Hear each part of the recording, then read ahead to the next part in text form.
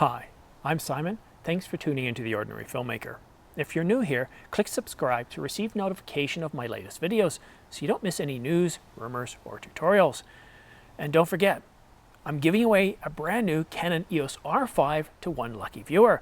All you have to do to win is subscribe. That's it. Oh, and you might also want to watch this video here because there are some restrictions depending on age and location.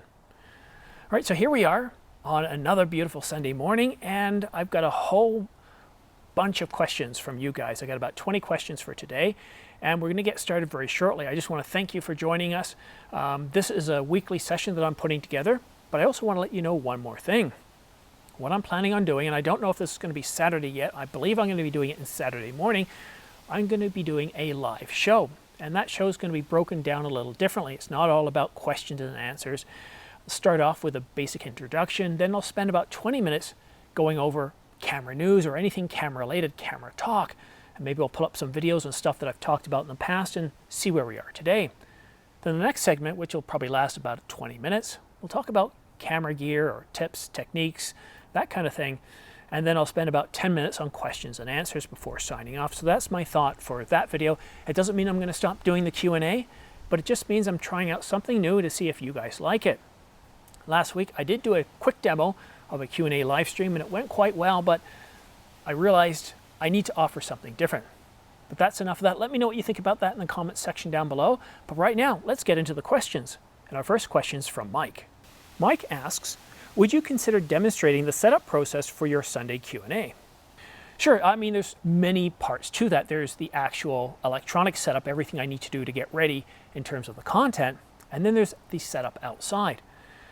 So in terms of getting ready, what I do is if I'm asked questions throughout the week, quite often I'll take those questions and put them into a PowerPoint presentation or a Keynote presentation, and I get that all set up. So as the week goes by, if really great questions are asked, I'm going to start gathering them then. Now, usually by Wednesday or Thursday, I probably have a good 10 or so already set up.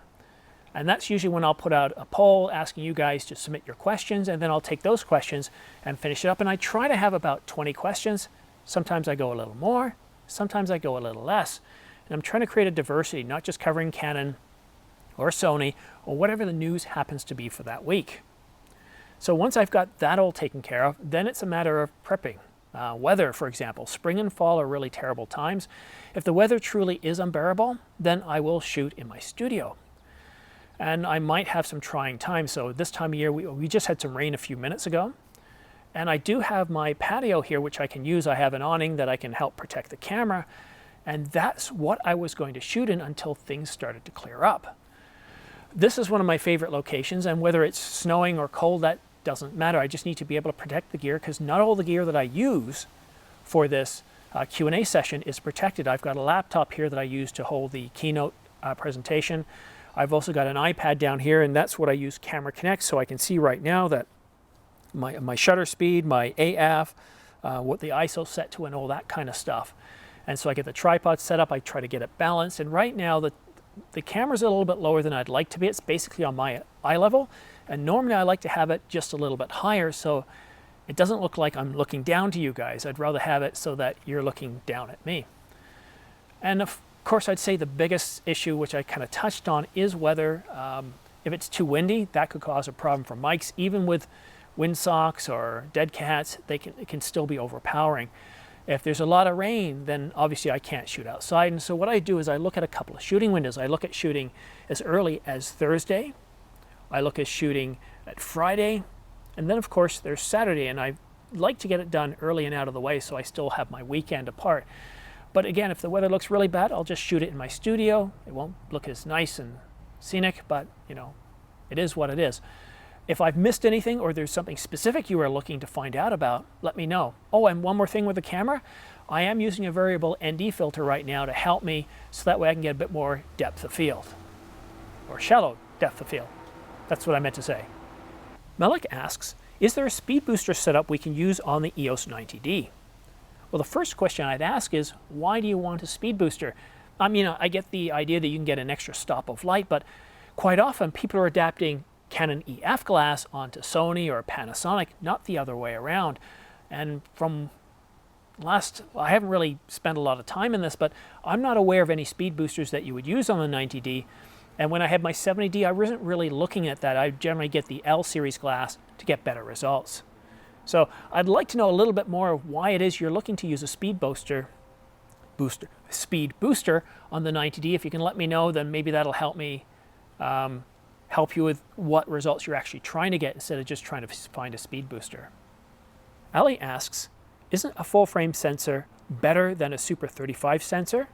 No, not at all. And I know you're looking at the R5 versus the C70 thinking they're the same price, so wouldn't the R5 be better? It's the wrong approach. What you really need to think of this way is if you're shooting a lot of cinema stuff, a lot of the cameras use a Super 35, and they have for a long time. What's really important here is the lens coverage, and a lot of the lenses for cinema productions, they're built around that Super 35 coverage. And if you could adapt a full frame onto it, you're not going to get that full coverage. It's not going to look as right. Keep in mind that for generations, for decades, they've been improving upon and working on the Super 35 to the point where you get really, really great movies. So it's kind of wrong to say, is Super 35 better than full frame or vice versa? Yes, full frame will give you different looks. It'll give you a bit more low light. And yes, Canon is coming out with full frame onto some of the cinema cameras, but really if you're into cinema photography and you're looking at filmmaking, you're probably going to more associate with Super 35 than you are with a full frame sensor that you get in the R5. Now that doesn't mean you can't produce great work with great artistic integrity or cinematic type films with the R5. It doesn't mean that at all. It means they're different tools and they can both produce really great results. You could probably even produce films with cameras like the Sony a6100 or the Canon 90D. But as far as full frame goes and Super 35, which is better, what you really need to ask yourself is, what are the results you're looking for? What lenses are you looking at using? Because really that's a big driving force. The lens can really help tell a story. And when you're doing cinematic stuff, those Super 35 lenses are designed, and even some Super 35s at different focal lengths won't give you full lens coverage as well. So I'd like to know, again, I asked this with a lot of questions. I wish there was more information behind some of these questions so I know why you're asking for it. And let me ask you this. What is it? What scenarios are you shooting and what kind of work are you looking at doing? And maybe that might help give me, or help me give you a better answer. But Super 35 is terrific. It'll produce great results. It isn't inferior in any way to full frame. The Remix Artist asks, will the R6 be getting C-Log just like the R5? I really don't know. All the rumors that we've seen so far said it's coming to the R5. I haven't seen anything really credible saying that we're going to get it on the C6. And my heart kind of tells me that we won't. Reason why? Well, if you look at the R5 over the R6, in ways that the R5 is better, you've got more modes, you've got aperture priority, you've got all those modes you have on the R5, and you're missing some of those on the R6. You're missing all eye on the R6. And I think this is Canon's way of segregating the R5 from the R6, segmenting them. Some people might say the cripple hammer, but they're trying to say, look, the R6 is meant here for this group of people, the R5 is meant here for this group of people. And I can't see them removing all eye and removing some of those video modes and then saying, oh yeah, well, here's C-Log 3. I could see them just bypassing the R6 when it comes to C-Log 2 or C-Log 3. Indy asks, regarding the R1, will it be a hybrid photo-video, or is the high-end worth giving a hybrid option to? If you can afford the 1D level camera, are you more likely to be focused on one type of media? I would like to look at this in terms of scenarios. Now, the one thing that the 1DX Mark III currently gives us that none of the other cameras below that give us is being able to shoot at such high frame rates. So when it comes to photography, if you're going to be doing sports, anything fast action, this is the camera to have. If you're doing Sports Illustrated or any major newspaper or publication, this is the camera you want to get. You can spray and pray and get some really great shots. The R5, the 5D Mark IV, all the rest of the cameras in kind of the pro range aren't going to give you the same level of capability.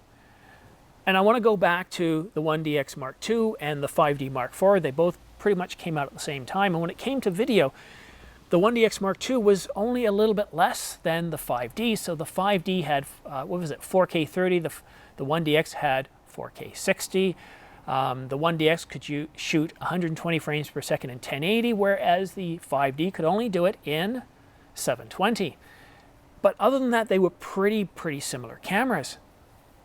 But the R1, I'm really curious to see what they do with the R1. It can definitely take that same scenario and offer really high frame rates, and I don't see that really changing for this camera. I see it being a photographer's camera first, but in terms of video, it really depends on what they do. I don't think they're going to give 8K, because you look at the 1DX, its sensor size has always been around 20 megapixels.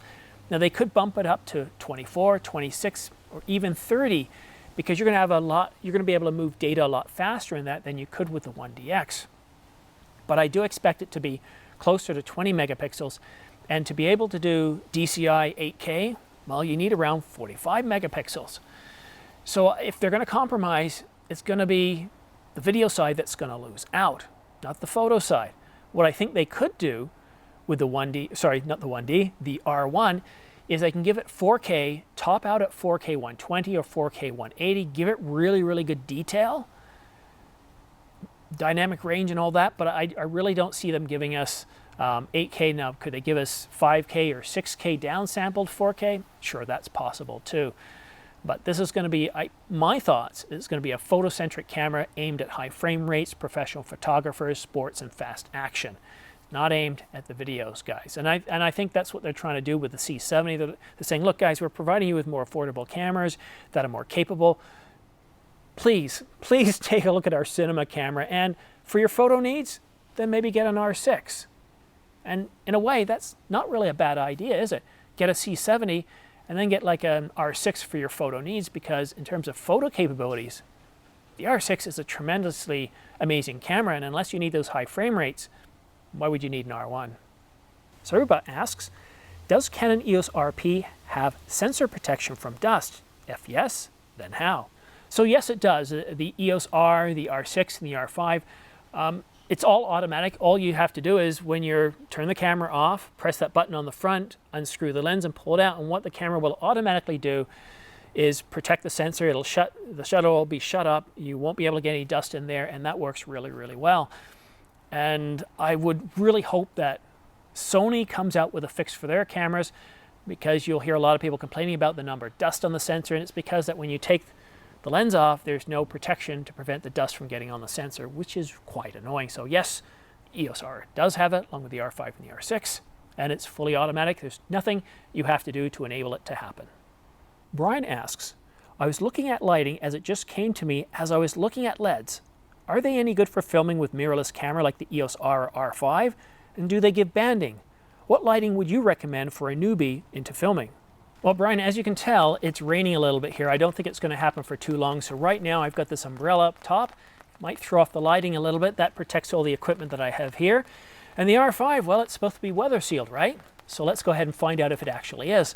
My studio downstairs, I use nothing but LED lights. I use a ring light that comes on me hitting at about 45 degrees, and that one is actually the LR180, that's the ring light.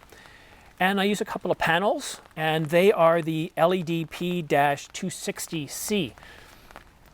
And no one's complained about any banding yet. Now, what I've found out, if you're doing photography, then yes, you might get some banding. But for everything I've done, whether I'm color grading, doing C-Log, or pushing the video in any way whatsoever, I haven't really noticed, well, I haven't noticed any banding whatsoever. And for you, you've been watching my channel for a long time. Go back to about March, because that's when I had kind of the setup I do now, March, April, and you'll see that, well, do you see any banding? I really don't think that. I think that the LED lights are great. What I love about LED lights is they don't generate an awful lot of heat, which is terrific. And they also don't require a lot of electricity. All right, looks like the rain's coming down a little harder right now. So let's see if I can't, make sure all the equipment's covered here. I'm gonna leave this in. So we're ready for the next question. R5, how you doing there? Yep, it's still recording. Brian asks, Sigma recently released a report detailing their lenses operation on Canon EOS R5 and R6. I'm a little bit confused from what I read. Can you give us a breakdown? Yes, so first of all, when I read it too, I was a little bit confused too. It almost felt like I was reading one of those end user license agreement. It felt a little bit legal. It had long run-on sentences. But essentially what Sigma's saying is that there are no problems with their lenses, and they named off several scenarios that people were having trouble with and suggested ways in which they can improve. Now, this is directly from Sigma. So one of the things they recommend is making sure you have the latest firmware update. They're saying that image stabilization does not work optimally with interchangeable lenses, which are not from the contemporary art sports line or art or sports line. And they give you some tips on how to solve those problems. So what I would do is I'd take a look through here. If you do have any of their lenses and you do have any of the issues that, I guess it stopped raining. If you do have any of the issues that they mentioned here, then follow the steps there and see if that doesn't help solve the problem. But again, Sigma's saying, look, there aren't any problems. However, based on one of these two cameras, based on the settings, here's what we recommend you do so you can avoid these problems. Rumor Has It asks, what lenses would you most like to test on your R5, and do you have any arriving soon? Oh, do you have an hour? There's many lenses that I would love to test. From a photo side, I'd love to test the 28-70 and also see what it does in terms of video. I really do want to test the 70-135 RF. Yeah, I know, it doesn't exist right now. It's a rumored lens. But outside of that, I'd love to test the EF 135mm, but I think the 70-135 gives you the best of both worlds. It gives you some really great focal lengths, and I'm really looking forward to testing that lens.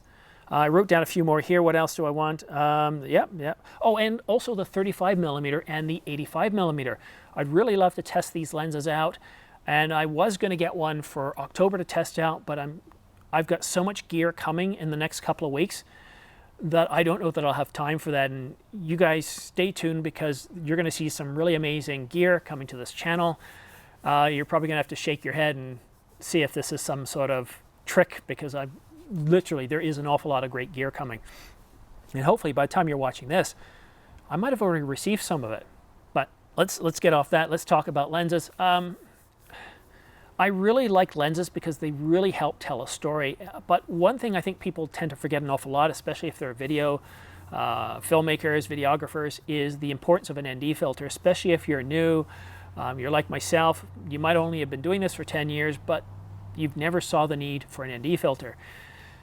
And I'm using one in this video here. It's dialed up to about 8 or 7.5. And what it allows me to do, especially on a bright day, and it's not that bright right now, we're going from heavy cloud into sun.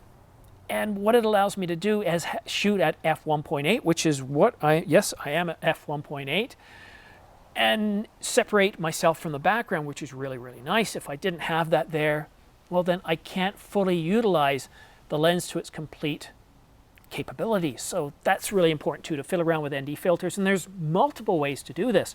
You can do what I did and put a Keynote on the lens itself.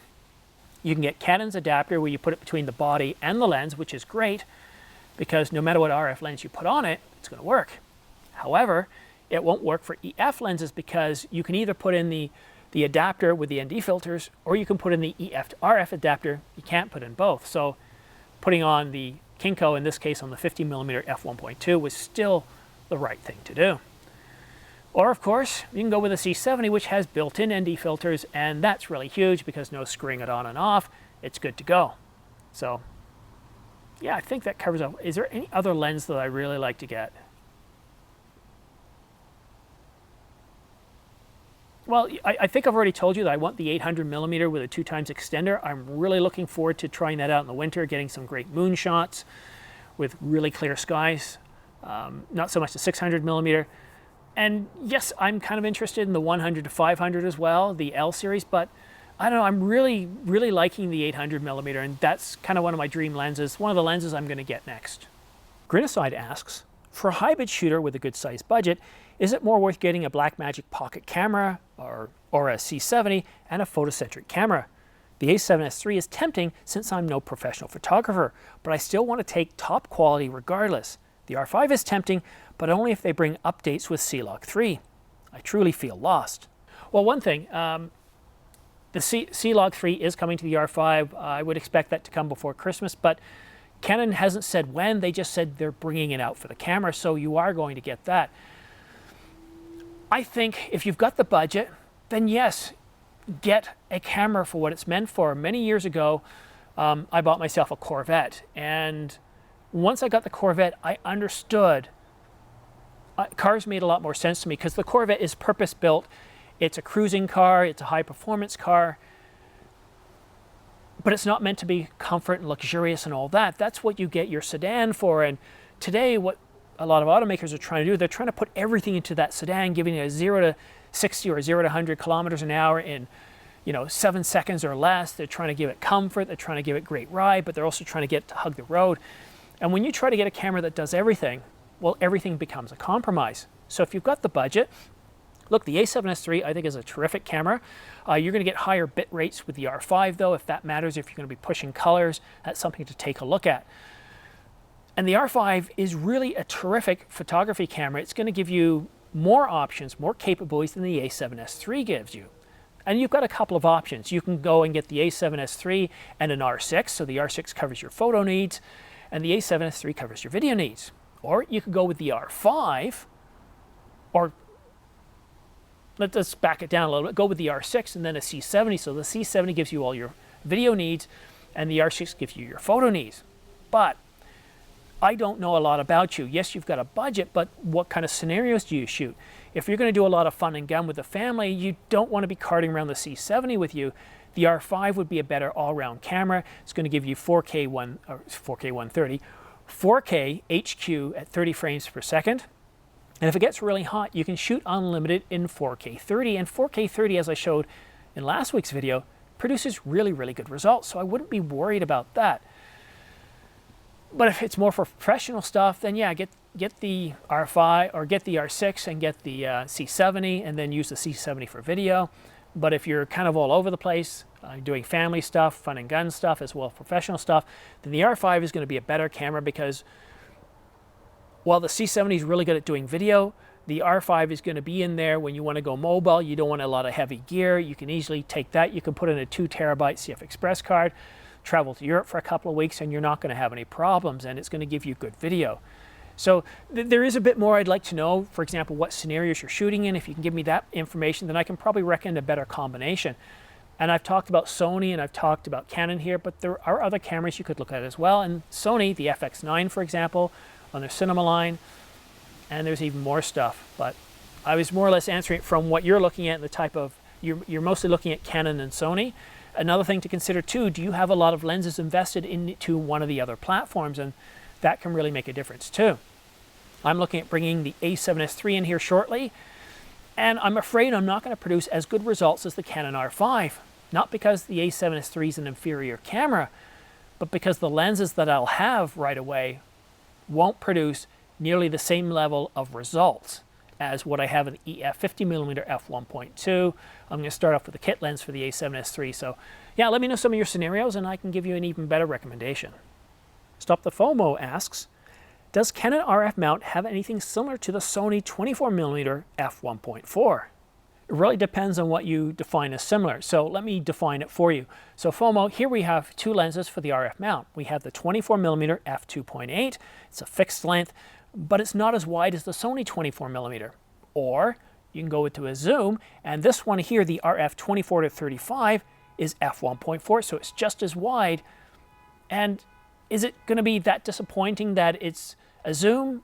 Can you produce the same results as the Sony? That might be an option for you too.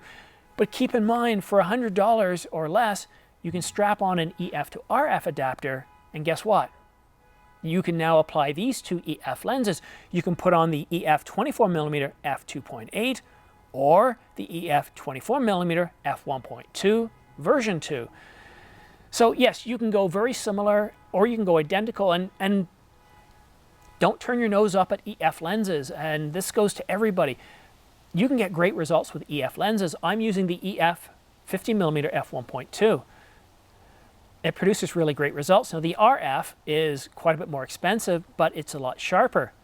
But for the type of videos that I'm shooting here, I'm not going to benefit from that sharpness. Sure, I'll get it in the center, I'll get it in my face area, but the bokeh that I'm getting, the depth of field, it's not. You're not going to see the detail there because I'm naturally blurring it.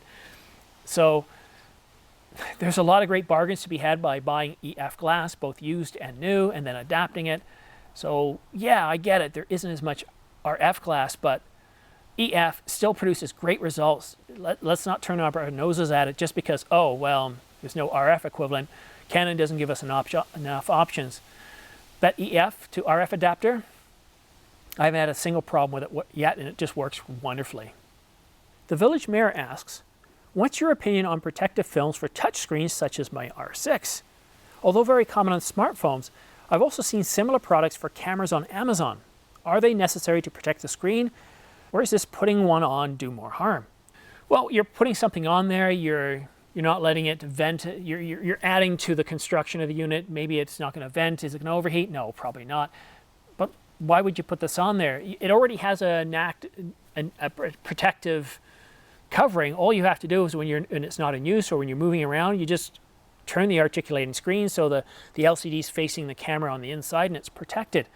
I had my 70D for 7 years. I never once bought any film to protect it. And it's never had any problems. And I've had it around my neck. I bumped into doorways and airplane doors. And when I bent down to pick something up, it hits things on the way down. If you really want to protect your camera, then get yourself a camera cage. And it's the edges of the camera you want to protect it. It's the tip of the lens that you want to protect. I always recommend getting UV-0 filters. As soon as you buy a lens, buy that UV-0 filter right there. Put it on in the store. An example is what happened to me a couple of weeks ago. I dropped the R5. It wasn't like a 6-foot drop or anything. It wasn't that major. It landed on the Rode VideoMic Pro, so that protected the camera body. And the lens, because it had a UV-0 filter on it, and then on top of that was a Kinko ND variable filter, or variable ND filter, it dented it ever so slightly, so I tossed out the filter. Well, I still have it downstairs as an example, a teaching lesson, but it still works really, really well.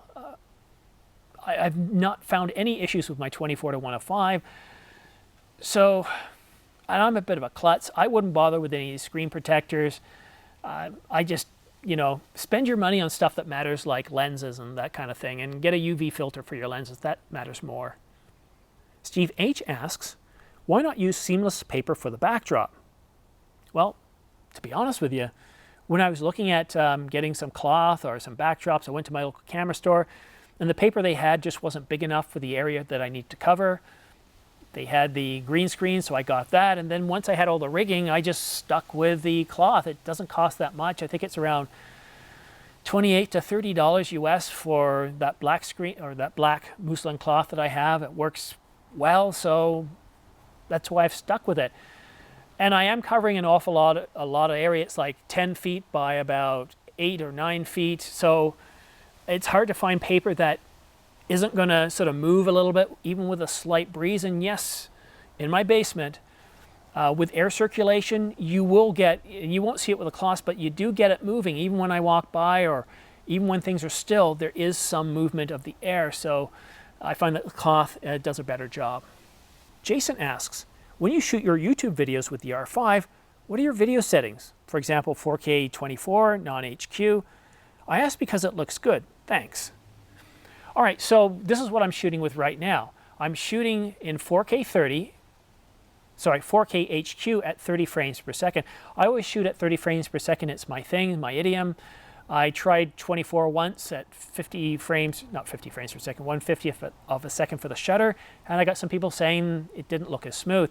I personally like 30, but yeah, you could use 24. And because I use 30, my shutter is 1/60th. Your shutter should always be twice that of your frame rate. And then I let my ISO just float, but my exposure is fixed. So this is a perfect video of seeing that in action.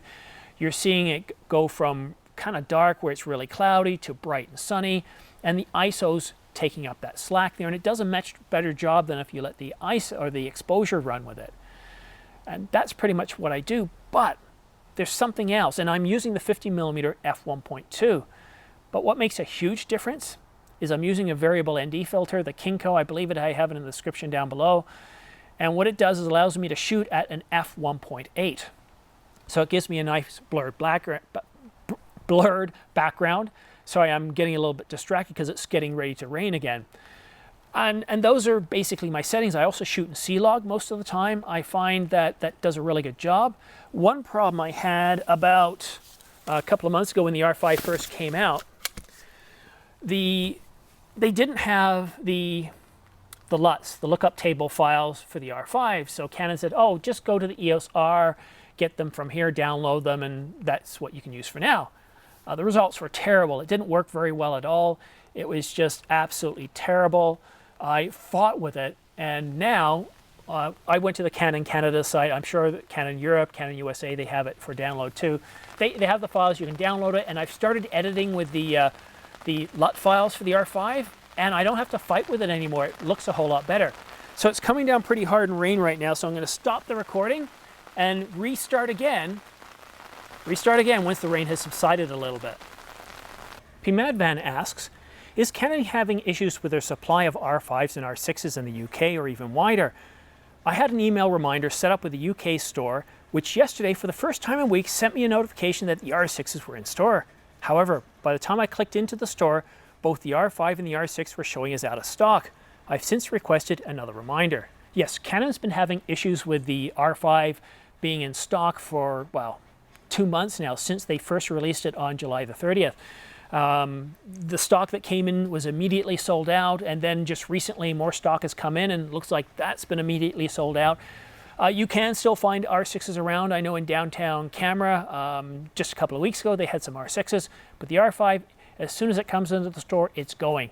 And I expect it to be in short supply at least until January. Hopefully they bring in a lot more for Christmas, but that's just anyone's guess. Your best bet is actually contact a few more camera stores, see if you can get on a waiting list, or even pay like a £100 deposit to ensure your place in line. Yeah, a little bit more rain coming down on top of me. So that was a bit of a downpour. I actually got up with the umbrella, covered off all the equipment because I didn't want to risk any damage to the stuff that isn't IP68 certified. My iPad is, my iPhone is, but not the laptop. And well, the Canon R5 did quite well. So hopefully we don't get any more rain so I can finish off this video, but I'm not completely confident. We weren't supposed to get any rain this afternoon. They put that 30%, you might get. Well, they're covered. The might get, we did get some rain. This is about the 4th bit of rain we've gotten this evening. So hopefully it ends soon, or I'm going to run out of daylight. All right, on to the next question. Christopher Stanley asks, is there news on the Canon XC20? Yes, there is. So we've received a rumor that it's going to be coming in the first half of 2021. And our last question is from Shrijan. This is a really soft ball being pitched at me here. Happy coffee day. Do you like coffee?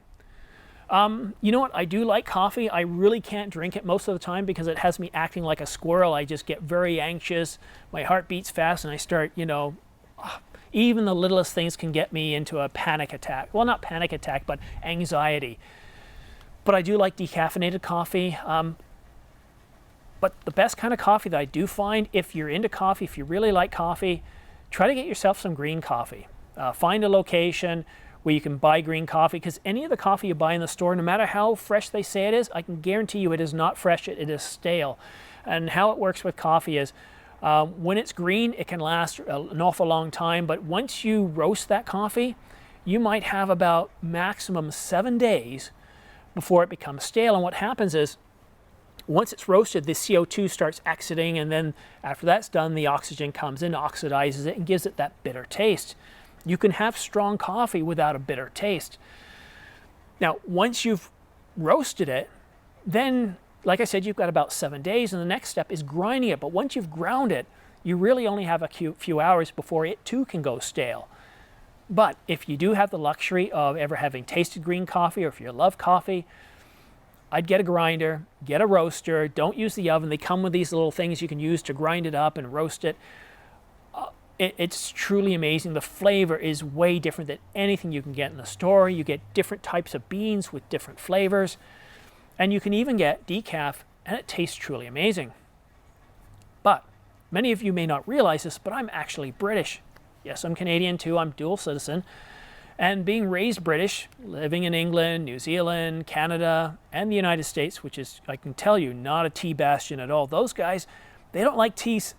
They'll actually throw it right into the ocean. They did back a couple of 100 years ago. And ever since then, tea is not very much welcome. I'm kidding. Actually, they love tea, but generally it's iced tea. But me, I've grown up with tea all my life, and I just love the taste of it. So that's my preferred drink, or water. I especially like soda water or like club soda, just basic water with some fizz in it, and I really enjoyed that. But thank you for that soft question. But that's really it for today. I want to thank you guys for all your questions, but I want to talk a little bit about the weather. As you're seeing, this time of year, it's very hard to shoot outside. I can bring the camera out here. I've got a few hours before it really starts to get dark, and the sky was great. Then it'll cloud over and we'll get a little bit of rain. It'll clear up, and this is what can be expected this time of year up until about the middle of December. As we start to move further into October, towards the end of October, that snow can give way to rain. But snow I can deal with. I can put the camera here on my deck, I can bring the awning out so it protects the camera, and I can shoot perfectly fine. I don't mind if I get a little bit of snow on me. I can put on a toque, I can put on gloves, I can stay warm. And you notice even today I'm wearing a white undershirt because it's a little cold out here. It's, what is it? 58 degrees Fahrenheit, which is about 14, 15 degrees Celsius. Now, I'm not cold. I don't think my lips are turning blue. It's not a tough guy thing. I'm not one of those people who says, oh, I can put up with it. No, I like to stay warm, especially in the winter. It gets very cold here to the point where it's very dangerous. You can get frostbite, lose fingers and toes. So I do keep warm. So in the coming weeks, you're going to see me putting on more layers. You're going to see me bundling up a lot more. And we'll see how well I can continue to do these question and answer sessions outside.